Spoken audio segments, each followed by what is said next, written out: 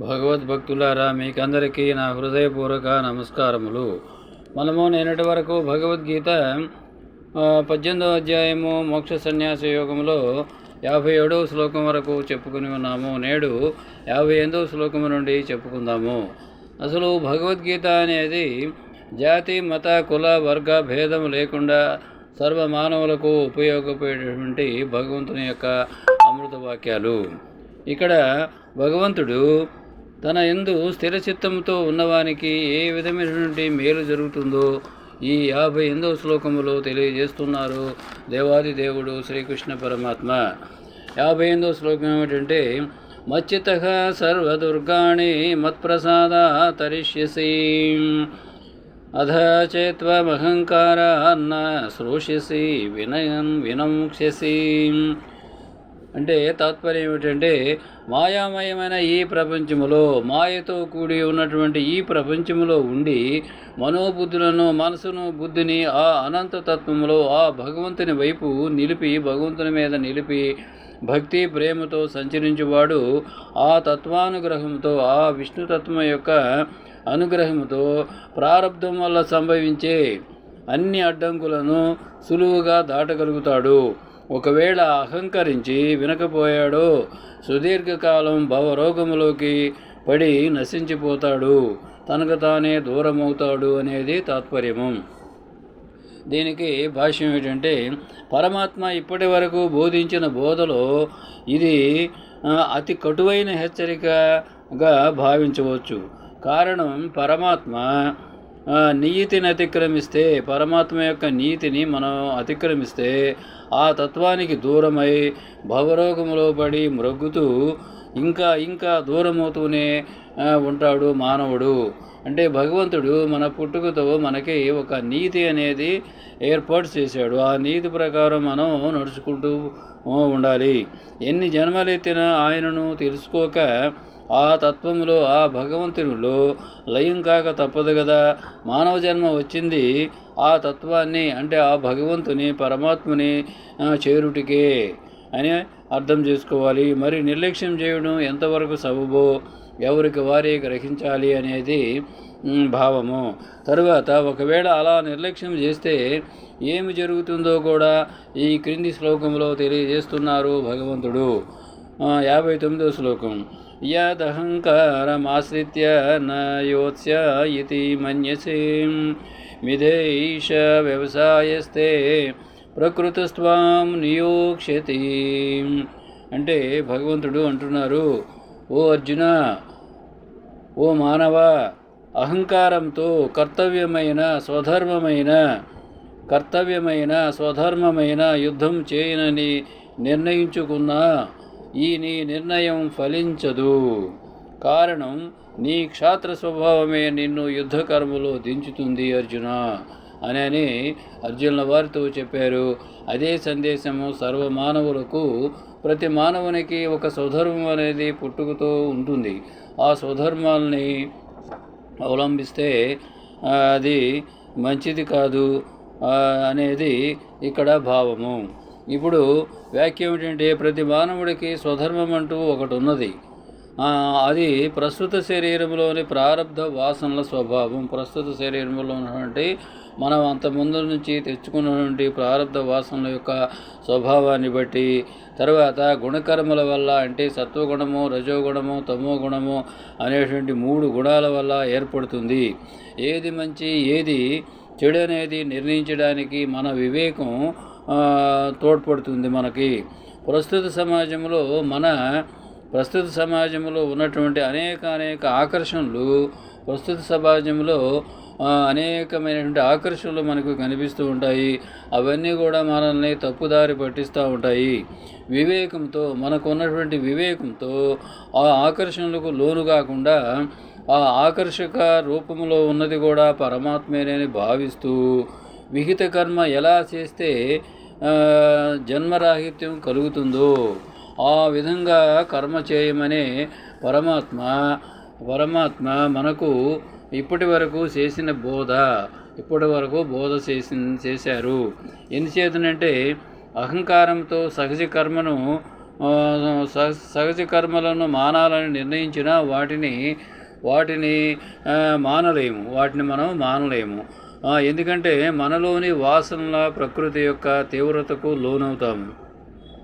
ఈ విషయాన్ని గ్రహించి స్వధర్మంలో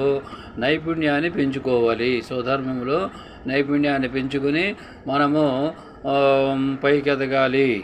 తర్వాత నిష్కామ కర్మయోగంలో విహిత కర్మ ఫలాన్ని ఆత్మకే అర్పిస్తే ఆయన అనుగ్రహం మనకి లభిస్తుంది. విహిత కర్మలు అంటే మన నిత్య జీవితంలో చేస్తున్నటువంటి ధర్మయుక్తమైనటువంటి పనులను వాటి వలన వచ్చేటువంటి ఫలితాన్ని భగవంతునికి అర్పిస్తూ మనము మనోవాక్కాయ సిద్ధులతో అంతఃకరణ శుద్ధితో ఉంటే భగవంతుని యొక్క అనుగ్రహం మనకి లభిస్తూ ఉంటుంది. లేకపోతే ఆయన అనుగ్రహాన్ని పోగొట్టుకుంటాము. జీవితంలో ఎదురు దెబ్బలు తిని ఇడుములు పాలై అలవిగాని భవరోగములో కూరుకుపోతాము. అలవుగానేటువంటి అంటే మనము ఎన్ని జన్మలెత్తినా కూడా భగవంతుని సాన్నిధ్యాన్ని పొందలేనటువంటి పాప కోపంలో పడి మ్రగిపోతూ ఉంటాము. కావున సరైన మార్గము అవలంబించి ఆత్మవైపు తిరుగుటికే ఈ తీవ్రమైనటువంటి హెచ్చరిక భగవంతుడు చేశాడు. తరువాత పైగా స్వభావానికి ఎంతటి బలమున్నదో తెలియజేస్తున్నాడు. ఈ విధంగా మానవుని యొక్క స్వభావానికి ఎంతటి బలమున్నదో కూడా భగవంతుడు 60వ శ్లోకంలో తెలియజేస్తున్నాడు. స్వభావజనేన కౌంతేయ నిబద్ధస్వేన కర్మణ కర్తుం నేచ్వసి యన్మోహాత్ కరిష్యన్యవసోపి తత్. అంటే ఓ అర్జున, నీ ఉపాధిలోని ప్రారబ్ధ వాసనల వల్ల, నీ ఉపాధి అంటే నీ శరీరంలోని ప్రారబ్ధ వాసనల వల్ల ఏర్పడ్డ స్వధర్మ కర్మలకు, నీ శరీరంలో నుండి ప్రారబ్ధ వాసనల వల్ల నీకు ఒక స్వధర్మం అనేది ఏర్పడింది. ఏమిటేది?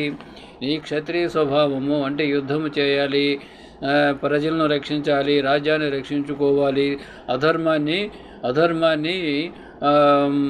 అధర్మాన్ని నశింపజేయాలి అనేది నీ యొక్క స్వధర్మం. కాబట్టి నీవు నీ స్వధర్మానికి బద్ధుడివై ఉన్నావు. భ్రాంతి వల్ల ఆ కర్మ చేయడానికి నీవు ఇష్టపడకపోయినా అవసుడివై, అంటే నీవు అవసుడివై అంటే నీవు నిశ్చయముగా నీ యొక్క స్వధర్మాన్ని చేసి తీరుతావు అనేది తాత్పర్యము. అంటే ఈ శ్లోకంలో భగవంతుడు ఏం చెప్తున్నారు?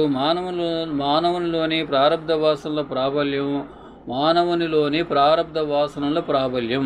ప్రారబ్ధ వాసనలు అంటే గత జన్మ నుంచి తెచ్చుకున్నటువంటి ప్రారబ్ధ వాసనల ప్రాబల్యం ఎటువంటిదో, ఎంతటి బలమైనదో ఈ శ్లోకములో తెలియజేస్తున్నారు దేవాదిదేవుడు శ్రీకృష్ణ పరమాత్మ.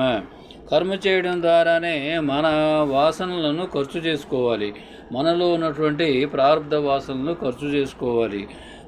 కానీ క్రొత్త వాసనలను కూడా మనం పొందకూడదు. ఈ రెండు సాఫల్యం కావాలంటే నిష్కామ కర్మయోగం తప్ప వేరే మార్గం లేదు. అలా ప్రారబ్ధం యొక్క తీవ్రతను వివేకంతో తగ్గించుకుంటూ క్రొత్త వాసనను పొందకుండా మానవుని యొక్క జీవన గమ్యము ఏమిటి? పరమాత్మ తత్వం వైపు పయనించాలి. అంటే భగవంతుని వైపు, దేవాది దేవుని వైపు, మహావిష్ణువు వైపు, సర్వలోక సృష్టికర్త వైపు, సర్వలోక రక్షకుని వైపు పయనించాలి అనేది మానవుని యొక్క జీవన గమ్యం కావాలి. ఈ ఈశ్వర నీతి ఎటువంటిదో భగవంతుడు ఈ క్రింది శ్లోకంలో తెలియజేస్తున్నారు దేవాది దేవుడు. 61వ శ్లోకము. ఈశ్వర సర్వభూతానాం హృద్దేశేర్జున తిష్టతి భ్రామయన్ సర్వభూతాని యంత్రారూఢాని మాయయా అనేది భగవంతుని యొక్క అమృత వాక్యము. దీనికి తాత్పర్యం ఏమిటంటే, ఓ అర్జున, అంతర్యామి అయిన శాసకుడు అంతర్యామి అంటే సర్వము వ్యాపించి ఉన్నటువంటి, ఇందుగలడు అందులేడను సందేహము వలదు, చక్రి సర్వోపగతుండు ఎందెందు చూచిన అందందే గలండు అని మనకి మహాభక్తుడైనటువంటి ప్రహ్లాదుని ద్వారా మనకు తెలిసినది. ఆయన అంతర్యామి అయినటువంటి శాసకుడు అంటే ఈశ్వరుడు, అంటే భగవంతుడు ప్రాణులందరి హృదయాలలో, ప్రాణులందరి అంటే 84 లక్షల జీవరాశుల హృదయాలలో సాక్షిగా ఉండి వారిని యంత్రంపై ఉన్న బొమ్మలలాగా తమ ప్రారబ్ధ వాసనల యొక్క నియతిచే శుభాశుభ కర్మఫలాలను అనుసరించి త్రిప్పుతున్నాడు దేవాది దేవుడు అని మనం గ్రహించాలి. దీనికి వ్యాఖ్య ఏమిటంటే, యామాసమాయ, ఏది సదా ఉన్నదో, ఏది లేనట్లుగా, ఏది లేదో అది సదా ఉన్నట్లుగా తోపింపజేసేదే మాయ. అంటే స్థూలమైన సర్వనామరూపాలు శాశ్వతమైనవి కావు. స్థూలమైన సర్వనామరూపాలు శాశ్వతమైనవి కావు. అంటే మనము మన ఈ స్థూల శరీరానికి తర్వాత ప్రతి స్థూల శరీరానికి ఏవో ఒకట నామరూపాలు పెట్టుకుంటారు. ఆ నామరూపాలు అనేవి శాశ్వతమైనవి కావు అనేది అర్థం, నశించేవి. వాటికి ఆధారమైన సూక్ష్మాతి సూక్ష్మమైన సత్తే శాశ్వతమైనది. సూక్ష్మమైన సత్తు అంటే పరమాత్మ, అంటే భగవంతుడే శాశ్వతమైన వాడు అని అర్థం చేసుకోవాలి. అవ్యక్తమైన ఆ సత్తు కనిపించదు. అవ్యక్తమైనటువంటి ఆ సత్తు అంటే ఆ పరమాత్ముడు కనిపించడు. మహాభక్తి ప్రేమ, అనన్యమైనటువంటి భక్తి ప్రేమతో ఆరాధిస్తూ ఉంటే ఆ భగవంతుడు కనిపిస్తాడు. అందుచేత లేదని కనిపించే అసత్తైన నామరూపాలే సత్తని, నిజమని మానవులకు తోపింపజేసేది మనలోని చైతన్యమే. అలా తోపింపజేసే చైతన్యాన్ని మాయ అంటున్నాము. సృష్టి ఆరంభంలో వెలుగుకై సూర్యచంద్ర నక్షత్రాదులను, సర్వప్రాణుల జీవనాధారంగా పంచమహాభూతాలు అంటే భూమి, నీరు, నిప్పు, గాలి, ఆకాశము మొదలైనటువంటి వాటిని సృష్టించి వారు సదా తమ కర్మలను పరోపకారార్థమే జరుపుతున్నట్లు భగవంతుడు నియమించారు. మనము సృష్టిలో చూస్తున్నాము కదా, అవన్నీ కూడా పరోపకారార్థము. అంటే మన మానవులకు, తర్వాత మిగతా జీవులకు, అన్నిటికీ పరులకు ఉపకారం చేయడం కోసమే వారి యొక్క నియమాలను పాటిస్తూ ఉన్నారు. ఆ నీతిని సమిష్టి వాసన అన్నారు. అవన్నీ కూడా కలిసికట్టుగా ఆ నియమాలను పాటిస్తూ ఉన్నాయి కాబట్టి దానిని సమిష్టి వాసన అంటారు. జగచ్చక్రాన్ని ఈ నీతే సదా త్రిప్పుతూ ఉంటుంది. కానీ ఈ జగత్తులో అంతర్భాగంగా సృష్టి వాసన, వెష్టి వాసన, అంతర్భాగంగా వెష్టి వాసన అంటే నేను నాదనే భ్రాంతి ద్వారా, నేను నాది మాది అనేటువంటి భ్రాంతి ద్వారా మానవుల మనోబుద్ధులకు అనుకూలంగా శరీరం అనే యంత్రాలను తయారు చేసి భగవంతుడు వాటి మీద జీవభావం గల